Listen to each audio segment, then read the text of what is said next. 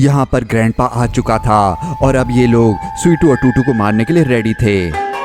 टूटू ने कहा, स्वीटू प्लीज कुछ करो वरना हम दोनों मारे जाएंगे। स्वीटू ने कहा, मैं क्या करूं, बोलो। टूटू ने कहा, अरे गाड़ी स्टार्ट करें और भगाएं यहाँ से गाड़ी।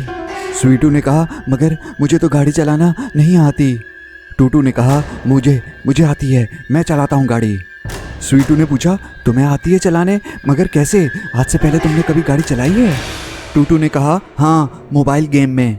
स्वीटू को लगा कि टूटू मरने के डर से बहकी बहकी बातें कर रहा है, मगर टूटू ड्राइविंग सीट पर बैठ गया। ग्रैनी ग्रैंडपा पे गुस्सा कर रही थी। ग्रैंडपा, एक काम नहीं होता तुमसे।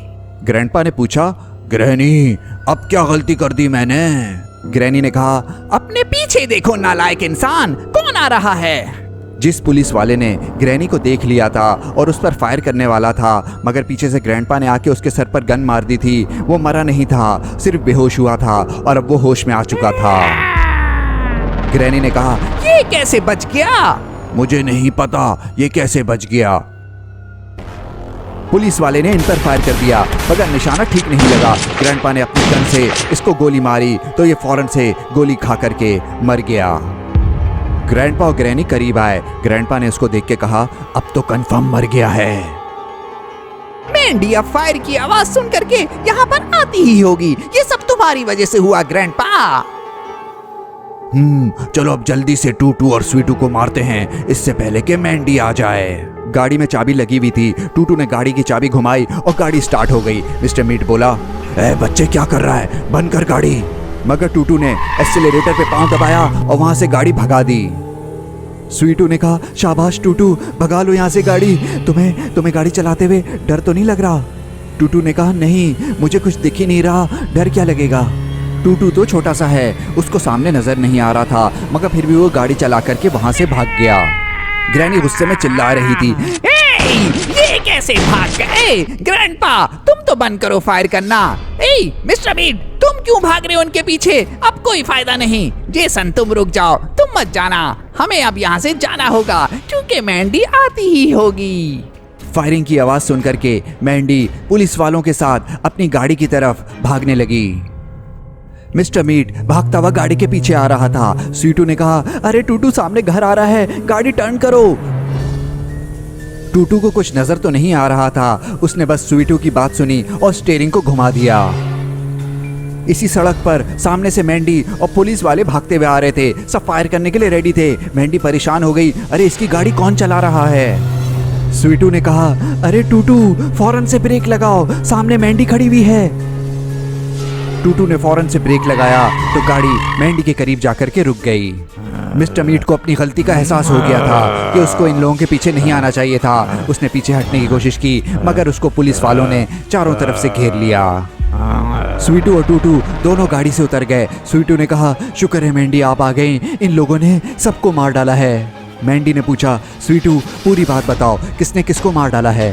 स्वीटू ने कहा, अरे मैंडी, हमारी हिफाजत के लिए जो दो पुलिस वाले थे उनको भी और आसपास खड़े तमाम पुलिस वालों को जेसन, मिस्टर मीट, ग्रैनी और ग्रैंडपा ने मार डाला। वो तो शुक्र है टूटू ने गाड़ी भगा दी, वरना हम भी मारे जाते। मैंडी ने कहा, ओह नो, मुझे लगता है जेफ द किलर ग्रैनी के गैंग के साथ मिल गया है। इन सब ने मिल करके ही शहर पे हमले का प्रोग्राम बनाया होगा। चलो अब ग्रैनी और उसके बाकी साथियों को पकड़ने के लिए रेडी हो जाओ। रॉड आइसक्रीम मैन गाड़ी स्टार्ट करके रेडी बैठा हुआ था। ग्रैनी ने उसको कहा, रॉड, हमें यहाँ से फौरन भागना होगा, मैंडी आ रही है। मैंडी जब यहाँ पर पहुंची तो ग्रैनी वहां से जा चुकी थी। मैंडी चारों तरफ देख रही थी कि कितने सारे पुलिस वालों को ग्रैनी और उसके साथियों ने मार डाला था। एक बिल्डिंग के ऊपर से जेफ द किलर ये सब कुछ देख रहा था और उसे गुस्सा आ रहा था कि सारा प्लान खराब हो गया।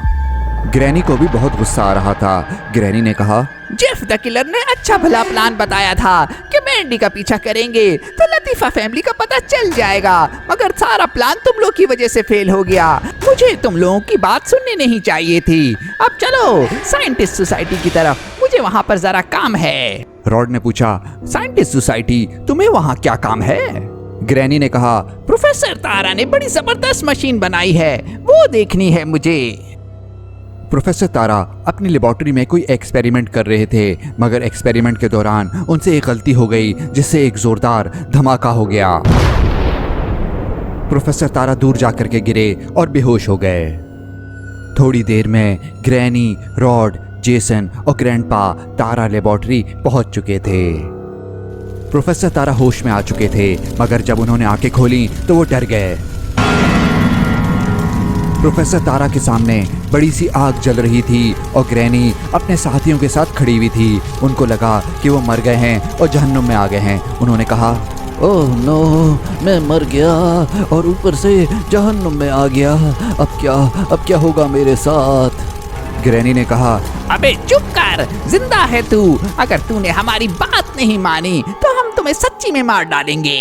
प्रोफेसर तारा बोले, क्या वाकई मैं जिंदा हूँ? यकीन नहीं आ रहा। मुझे लग रहा था कि मैं मर गया हूँ और जहन्नुम में काली चुड़ैल के साथ हूँ। ग्रैनी ने गुस्से में बोला, क्या कहा तुमने मुझे? फिर से बोलना जरा। सॉरी, आप बस ये बताएं कि आप यहाँ आए क्यों हैं? प्रोफेसर तारा, मैं तुम्हारे पास इसलिए आई हूँ कि तुम मुझे अपनी मशीन से बड़ा कर दो।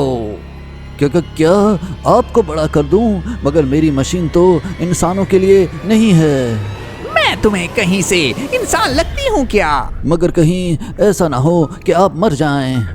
ग्रैनी ने गुस्से में कहा, अगर मैं मर गई तो मैं तुम्हें छोड़ूंगी नहीं प्रोफेसर। चलो अपना एक्सपेरिमेंट शुरू करो। प्रोफेसर तारा के पास कोई ऑप्शन ही नहीं था कि वो ग्रैनी को मना कर सके। प्रोफेसर तारा ने ग्रैनी को कहा, थोड़ा सा पीछे हो जाएं ताकि आप पर शुआएं लग सकें। हाँ, ये जगह ठीक है। आपसे बस मैं एक बार फिर पूछ रहा हूँ, क्या आप वाकई रेडी हैं? मैं शुरू करूँ? अरे हाँ प्रोफेसर, रेडी हूँ मैं। शुरू करो तुम। ओके, मैं शुरू करता हूँ। प्रोफेसर तारा भाग करके मशीन के पास गए ताकि मशीन को ऑन कर सकें। प्रोफेसर तारा मशीन के बटन दबा रहे थे और एक एक करके ग्रैनी के ऊपर शुआएं पड़ना शुरू हो गईं। ग्रैंडपा ने प्रोफेसर से पूछा, प्रोफेसर तुम्हें क्या लगता है, ग्रैनी बड़ी होगी या मर जाएगी? प्रोफेसर ने कहा, ज़्यादा चांस तो इसके मर जाने के हैं। खैर 1 मिनट में पता चल जाएगा तुम्हें। ग्रैनी के ऊपर शुआएं पड़ रही थीं। ग्रैनी ये सोच करके खुश हो रही थी कि अगर वो बड़ी हो गई तो किसी को नहीं छोड़ेगी।